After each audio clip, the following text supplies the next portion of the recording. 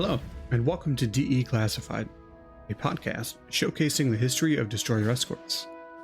Each month, a member of Slater's education crew will highlight a specific Destroyer Escort and share the stories of the sailors who served aboard these trim but deadly ships. Today, we're going to DE Classify USS Samuel B. Roberts.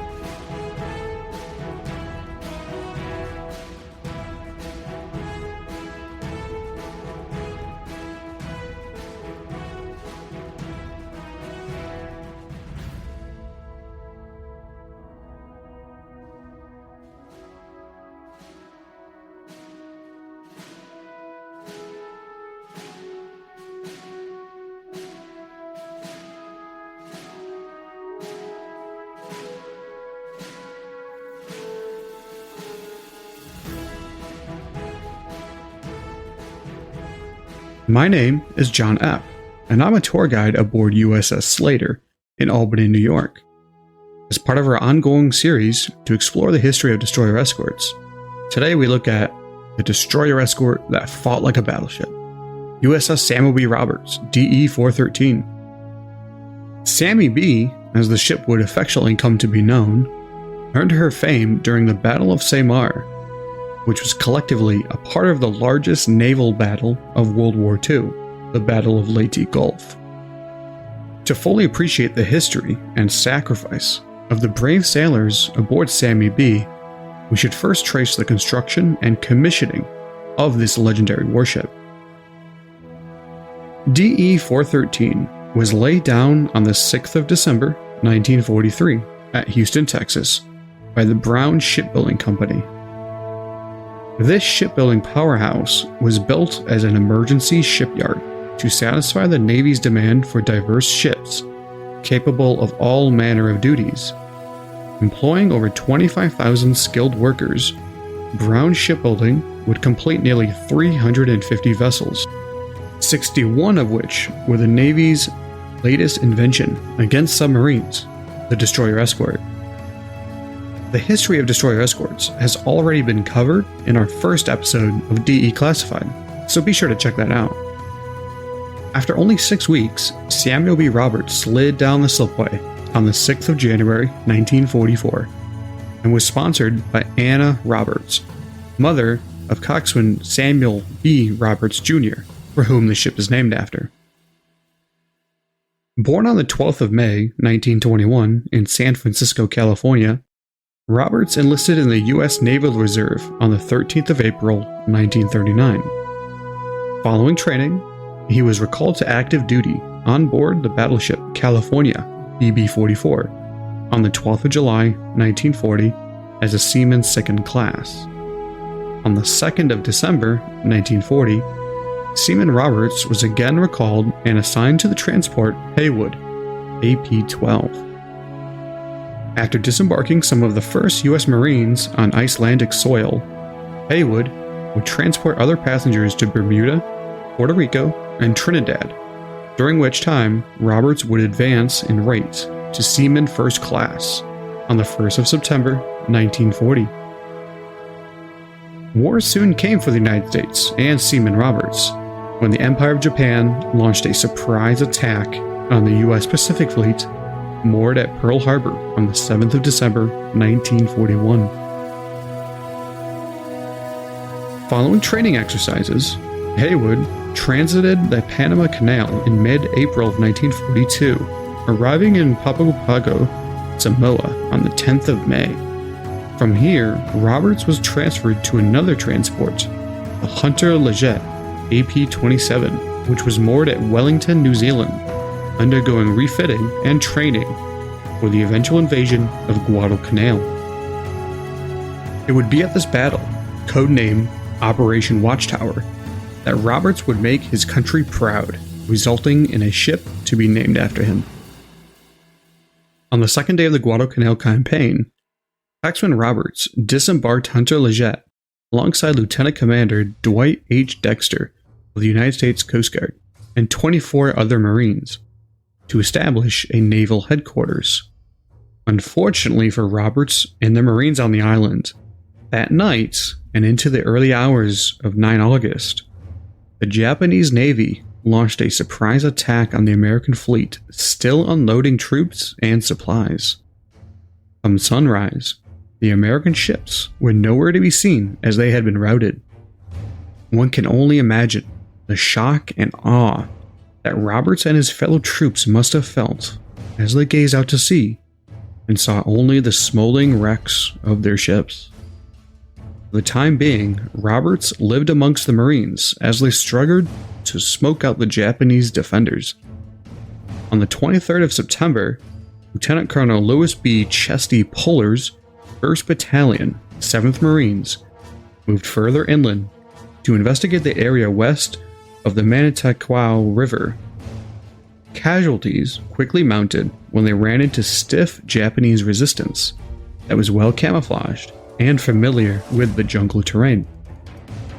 The 2nd Battalion, 5th Marines, were called in for support, allowing for casualties, including Puller, to be withdrawn. G Company attempted to cross the river, but were forced back by heavy mortar and small arms fire. A new strategy was devised, one that Roberts himself would become a hero for. The morning of 27 September, the 2nd Battalion, 5th Marines, began their 3rd assault across the river, this time further upstream. Puller's 1st Battalion, 7th Marines would attempt to outflank the Japanese defenders by utilizing the Higgins boats, which had brought them ashore weeks prior.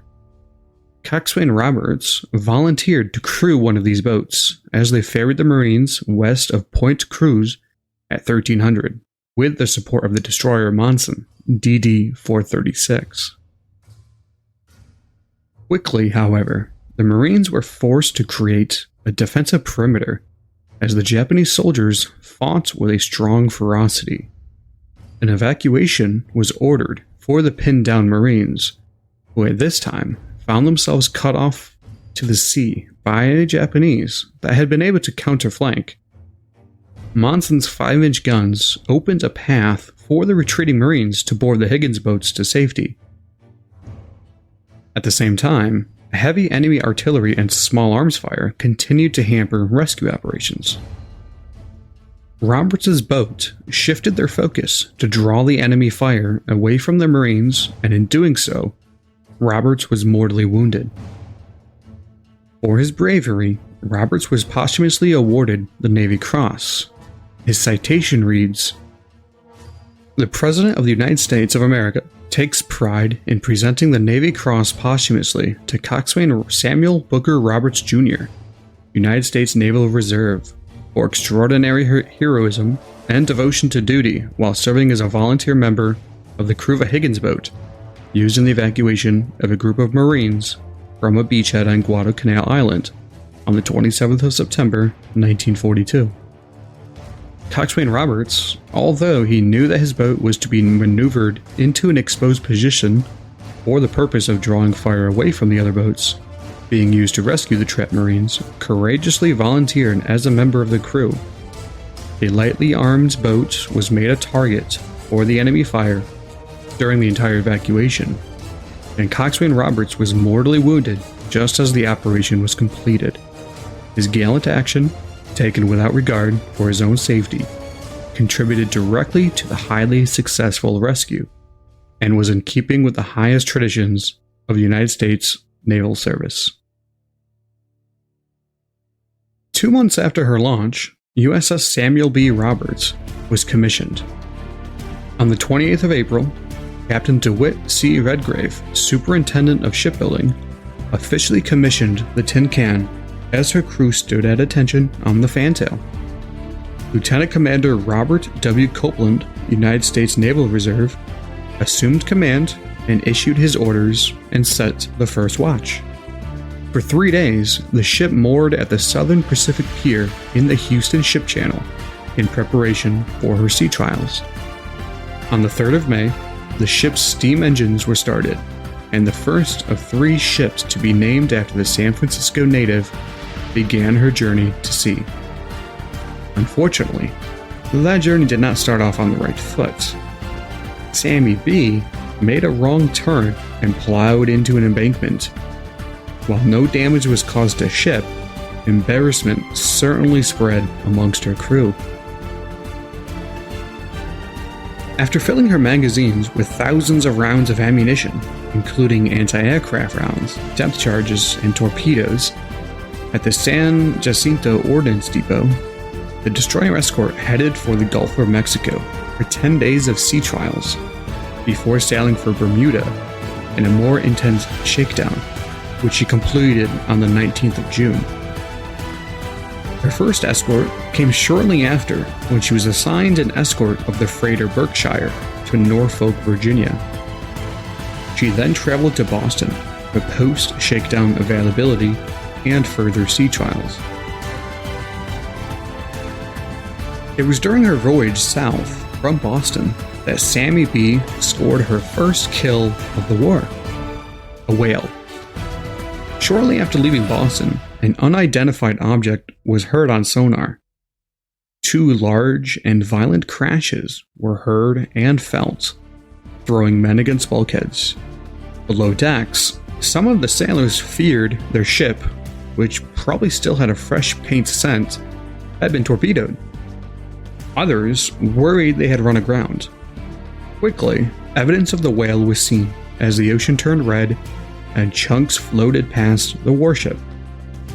Copeland had his executive officer, Lieutenant Roberts, note their location and the water depth of 75 fathoms, or 450 feet, because a naval investigation would certainly be conducted, and Copeland wanted it to be clear to the investigators that he had not run his ship aground. Lieutenant Irwin, the division's doctor, was also tasked with preserving some of the whale as proof. The damage? Damaged propeller and a shaft, along with the destruction of their sonar dome. The death of the whale and subsequent trip to dry dock was a blessing in disguise. For one night, while in Norfolk, Copeland and Lieutenant Gurnett were returning to the ship from Liberty. A tiny dog was discovered along the pier that was in obvious need of a meal. He was taken aboard and given the proper name of Sammy. In Last Stand of the Tin Can Sailors, more is written of Sammy and his adventures at sea, which can be found on pages 36 and 37. The sleep-ruffled physician arrived, as ordered, standing on the cold floor of the wardroom in slippers, skivvy shirt, and cotton khaki trousers.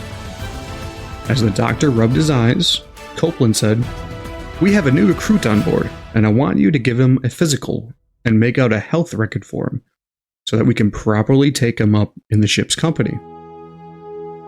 Irwin stared at him.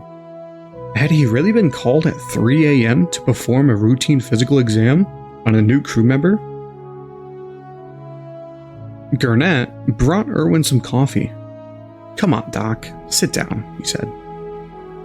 The physician looked around for his patient. Copeland gestured beneath the large table. Irwin looked down at his feet, saw the puppy, and erupted in anger. He told the captain what he thought of his and the first lieutenant's little joke. On the verge of stomping off to his bunk, he was stopped in his tracks when Copeland said, "Oh, this dog is going to be the ship's mascot, and everything has to be just so." Grudgingly, the doctor pulled out his stethoscope and got to work. His skipper was impressed. He really gave the puppy a thorough going over.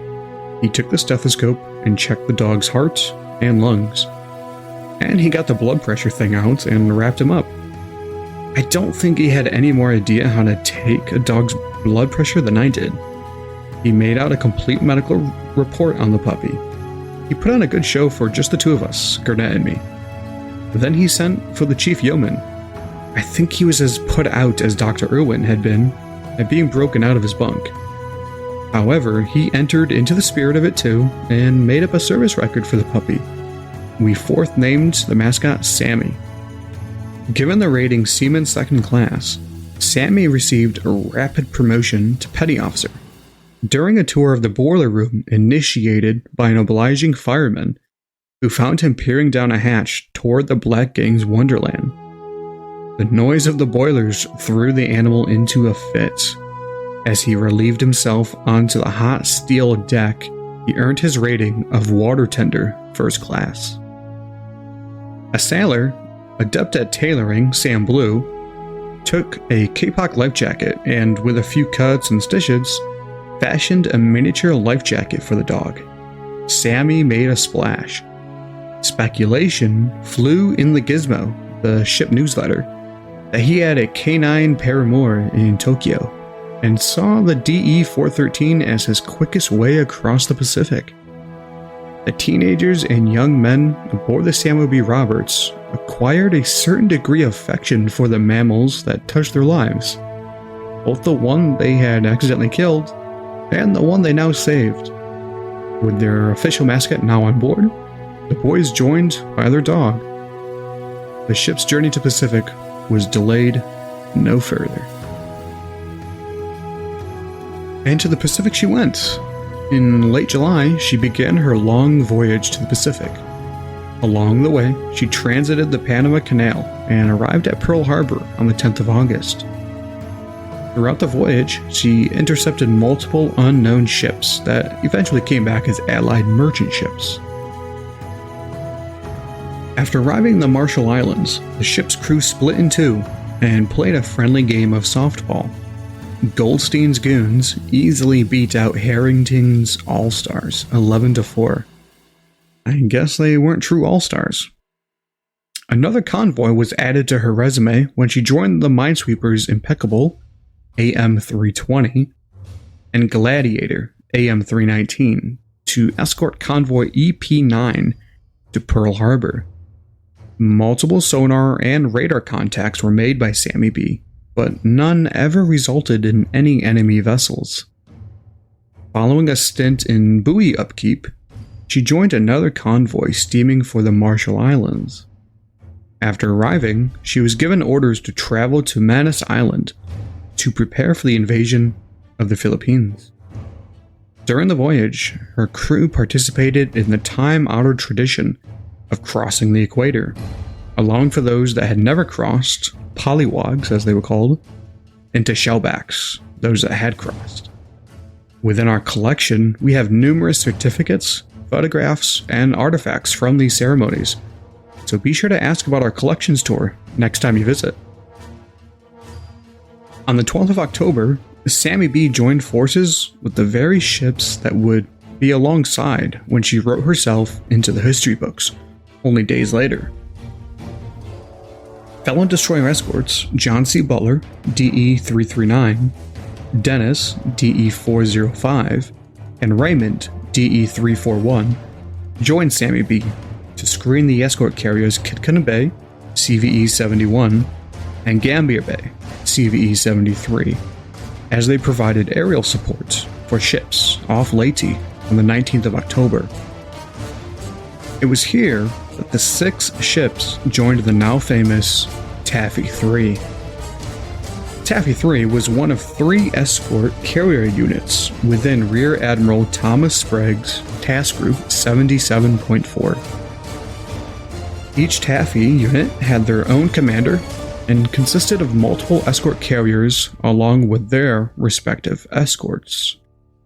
Taffy 1 took up station off northern Mindanao, Taffy 2 guarded the entrance to Leyte Gulf, and Taffy 3 patrolled just north of the island of Samar.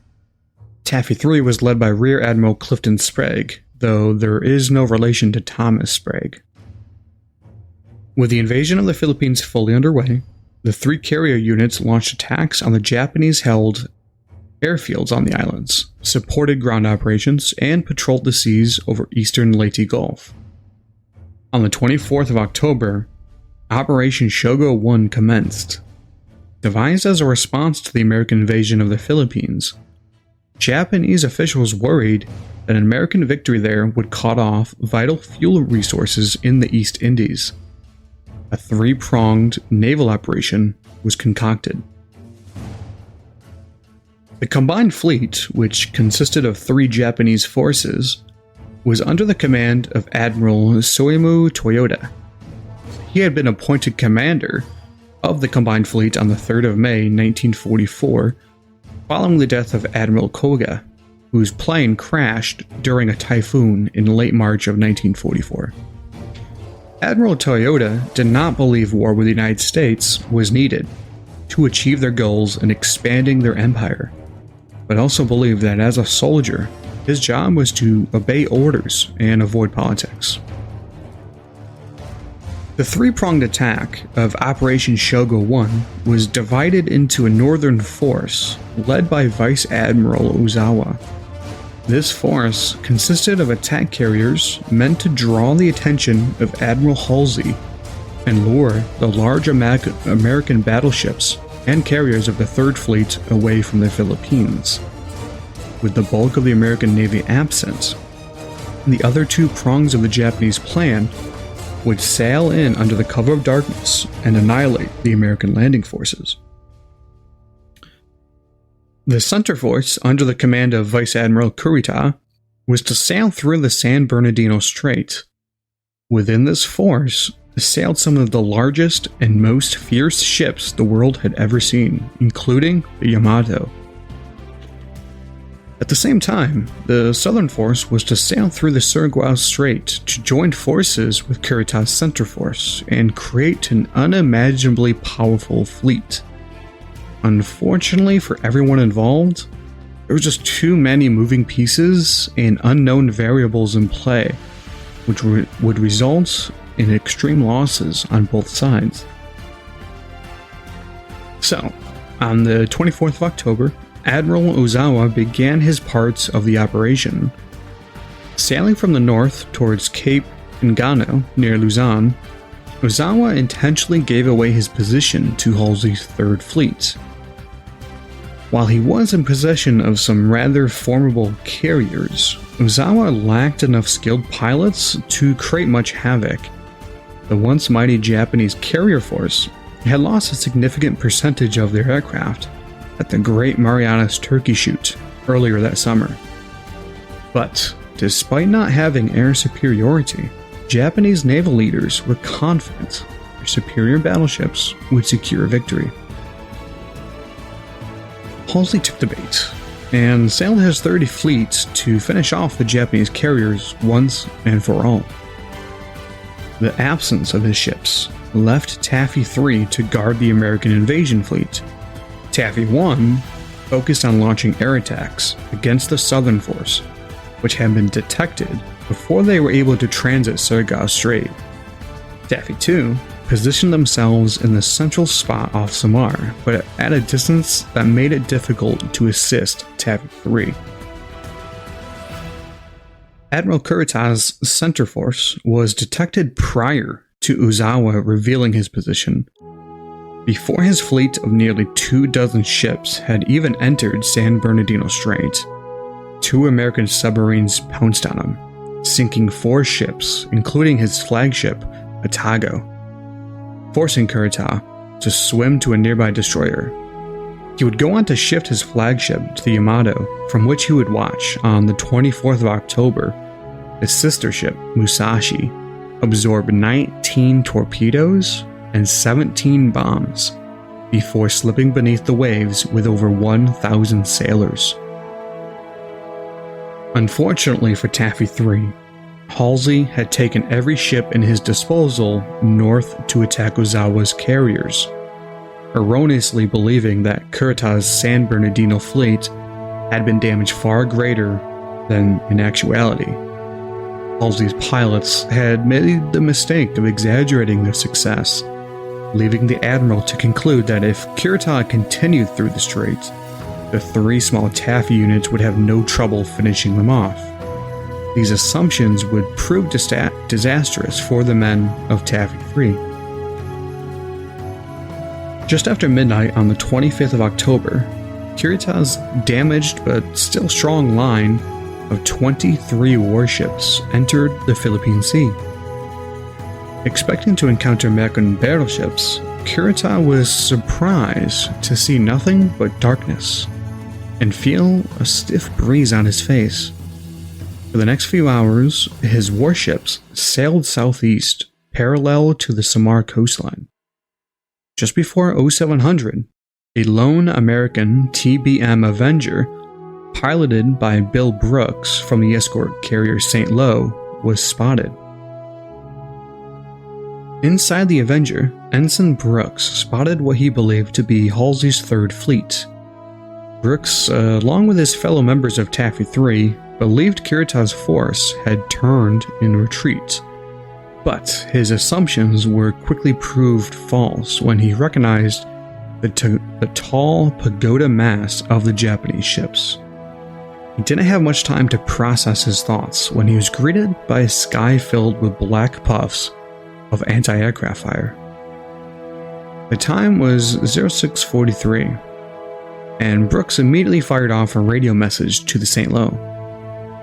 Enemy surface force of 4 battleships, 4 heavy cruisers, 2 light cruisers, and 10 to 12 destroyers sighted 20 miles northwest of your task group and closing in on you at 30 knots. Ziggy Sprague of Taffy 3 became incensed. He too believed the ships to be elements of Halsey's Third Fleet, and that this lone ensign had broke radio silence to announce their presence and alert any possible Japanese ships the location of American carriers. He ordered Brooks to confirm his reports by dropping down to below 2,000 feet and snapping some photographs.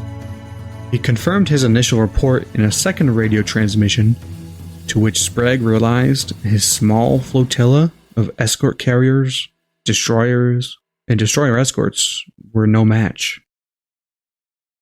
Sprague had only 2 options at his disposal: stay and fight against a much superior enemy force and meet certain death, or attempt to retreat and fight another day. The second option sounds like the better of the two. However, the small escort carriers were slower than the capital ships of Kirita's center force. Eventually, they would catch up. If he chose to stay and fight, his small contingent of destroyers would have to sail head-on into the Yamato and other ships to launch their spread of torpedoes, an action that is surely suicidal. At 0655, Samuel B. Roberts went to general quarters. Within minutes, her lookouts reported large columns of water between her and the Johnston. These columns of water were illuminated by different colored dyes to allow for the Japanese ships to track their fire. Many of these splashes were being fired by the cruisers and battleships of the center force. Roberts and her fellow destroyers quickly laid down a smokescreen to shield their retreats and protect the carriers. Fortunately, a rain squall was in their path, and Taffy 3 received a small reprieve from the high-caliber guns of Kirita's ships, which lacked the sophisticated radar to track the Americans in a storm. At the same time, Commander Copeland addressed his worried men over the 1MC. He admitted to them that their ship, their home, would be entering a fight against overwhelming odds from which survival could not be expected, during which time we would do what damage we could. For the next few minutes, Copeland's crew of teenagers readied themselves for the fights ahead. At 0716, Sprague ordered the screen commander, Commander William Thomas, aboard Hull, to stand by to form 2 torpedo groups, big boys in one group and little fellas in another group. When the order was relayed to Copeland, all he heard was, "Little fellows, make a torpedo attack." This command confused Copeland, who realized that if the destroyer escorts, the little fellas, attacked with the destroyers, the big boys, then the carriers would be left without protection. But if he waited to attack with his fellow destroyer escorts, the carriers may be gone by then. As Copeland fought with himself on what to do, the Heerman stormed past the Roberts, attempting to join her fellow destroyers on their torpedo attack. To avoid a collision, both ships had to lower their speed, and the Fletcher steered clear. This reduction in speed made it difficult for Heermann to join Johnston and Hull. Copeland decided then and there to attack without any direct orders. He reasoned that despite being the junior Destroyer Escort commander, he was in a better position to attack than his fellow DEs, and the Japanese ships were in a prime location for her torpedoes. After conferring with his executive officer Bob Roberts, Copeland called his chief engineering officer, Lieutenant Bill Lucky Trowbridge. "Lucky, this is the captain. Lucky, we are going on a torpedo attack, and I have rung up full speed. We are going in at 20 knots. As soon as we fire our fish, I will ring up flank speed, and I want you to hook on everything you've got. Don't worry about your reduction gears, or your boilers, or anything, because there's all hell being thrown at us up here, and we're just fortunate we haven't been hit yet." Sammy's boilers were designed to carry 440 pounds of steam pressure. Lucky was able to push it to 660 pounds of steam. The crew of Samuel B. Roberts was now steaming behind Heermann and straight into the heart of the Japanese Navy. As the ships of Taffy III made their last-ditch effort to launch their torpedoes, the first of the American destroyers fell. Johnston, after firing her 10 torpedoes, was struck by a series of 14-inch shells, probably from Battleship Congo. 6-inch shells quickly followed, possibly from the Yamato. Shortly after, Johnston slipped below the waves at 10:10, only minutes after the abandoned ship order was issued. Captain Evans was last seen moving forward from the fantail in search of any of his crew that hadn't made it off yet. James Hornfisher gives Evans an eloquent send-off in Last Stand of the Tin Can Sailors. The chief of Annapolis, the Cherokee warrior, unhorsed by enemy gunfire, was lost to the whirlwind, taken to a private oblivion that to this day burnishes his mystique and deepens the legend of his late, great destroyer and its magnificent crew. On the Sammy B. Roberts, the heavy cruiser Chikai came into her sights. At a range of 4,000 yards, a salvo of 3 torpedoes was fired. Sources seem to differ on whether any of them found their mark. Copeland believes he saw a column of water around the time they would have struck. Other sources believe the torpedoes missed, and the explosions he saw may have come from a 500-pound bomb dropped by TBM Avenger. Whether or not the Samuel B. Roberts or an aircraft, Chikai would not live to see another day, and now sits 3 miles underwater. Copeland next turned his attention to the cruiser Chikuma, 12 times the size of the DE. At a range so close you could see the wrinkles in uniforms, the 5-inch guns of Roberts opened fire. While not powerful enough to puncture the hull, the 5-inch shells proved just strong enough to riddle the superstructure and riddle the Japanese officers and crew with shrapnel and cause numerous fires. Over 600 rounds were fired before the tin can became a casualty of war. 14-inch shells were falling closer and closer as Congo began to track the little fella. The shells fell in a procession as they tracked closer and closer to Copeland's ship. Through some quick mental math, he determined that if he continued at his current course and speed, his ship would be blasted to Davy Jones' locker. All engines were ordered back full, and the DE groaned to a stop, just as the shell splashes landed in what would have been the ship's position, had Copeland not given the order. This luck did not last. At 08:51, 3 8-inch shells from a heavy cruiser punctured the 3/8 inch thick hull. Lights and communication were severed, and men were thrown like ragdolls. The third shell entered the forward fire room, killing all but 2 men inside the compartment. Other shells found their mark as well, destroying multiple 40mm Bofors and the 2 5-inch deck guns. Gun 52 was destroyed when a shell cooked off inside the breach, killing everyone inside. With her weapons dead and her speed cut in half, the ship that would come to be known as the Destroyer Escort that fought like a battleship was dead in the water. And at 0910, Copeland gave the order to abandon ship. As men leapt into the shark-infested waters, the ship's mascot, Sammy, did the same. The following is, again, from Last Stand of the Tin Can Sailors. The dog, too, swam to momentary safety.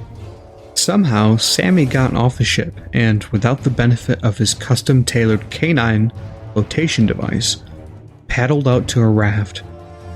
He was there only a short time, however, when he decided that he belonged back on the Samuel B. Roberts, his home.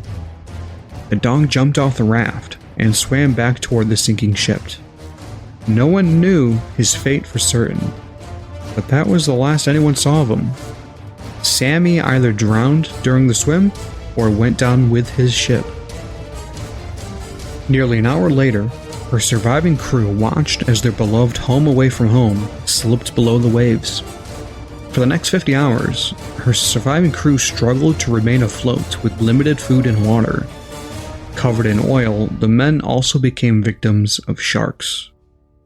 On the morning of the 27th of October, 120 men of Samuel B. Roberts were rescued by various ships led by Lieutenant Commander James A. Baxter. In all, 1,150 survivors from 4 ships were plucked from the ocean by rescue ships. For his heroism, Lieutenant Commander Copeland was awarded the Navy Cross on the 16th of July, 1945.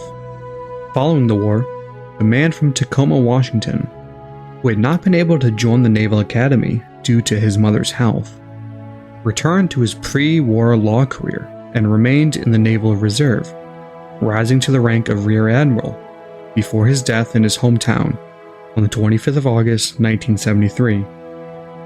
His legacy lived on when the guided missile frigate USS Copeland, FFG 25, was commissioned on the 7th of August, 1982.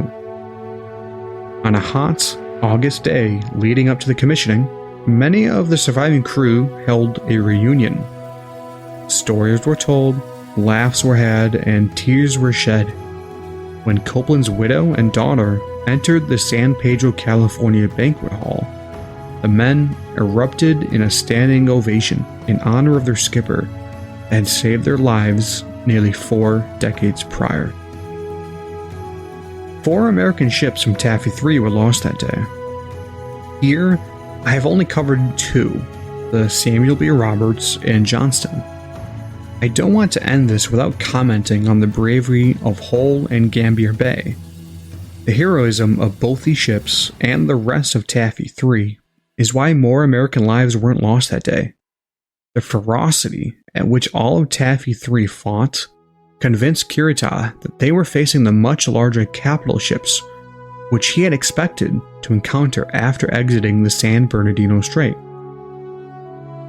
Hull followed Johnson and Heerman in charging Kurita's flotilla, and despite taking numerous shells prior to launching her first volley of torpedoes at one of the battleships steaming towards the escort carriers, she continued to maneuver and keep the attention away from the carriers.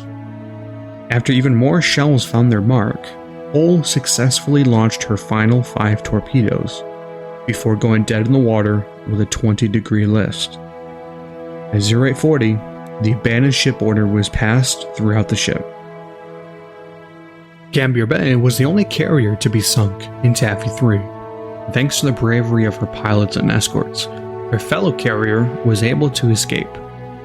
After the center force was spotted and her screening ships charged in for torpedo runs, Gambier Bay launched all but 2 of her aircraft. These planes, just like the destroyers and destroyer escorts, repeatedly dove at Kurita's ships like a swarm of bees. Some carried only bombs or torpedoes, while others only had a few hundred rounds of machine gun ammunition to pepper the many guns and superstructures. Their persistence, even when out of ammunition, provided Gambier Bay and her fellow escort carriers valuable minutes to steam further away from the encroaching giants of Center Force. Numerous Japanese hits were recorded on the carrier, but it was not until 0820 that a larger caliber shell from a cruiser or one of the battleships ripped into her forward engine room. As fires and flooding consumed the ship, she capsized at 0907 and sank only 4 minutes later. Most of the remaining ships of Taffy 3 sustained damage and casualties, but were not sunk. By the end of the day, despite significant losses, Taffy 3 escaped the fight, and in fact, forced Kurita's center force to retreat. Their tenacity in defending the invasion force of the Philippines proved to be one of the final pieces in the defeats of the once mighty Japanese Navy.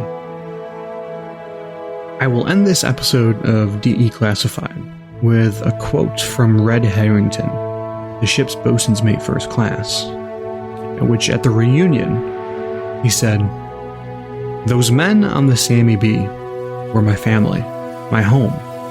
They were closer to me than I can say. I now know men do not fight for a flag, or a country, or glory. They fight for one another. Any man in combat who lacks comrades who will die for him is not a man at all. He is truly damned."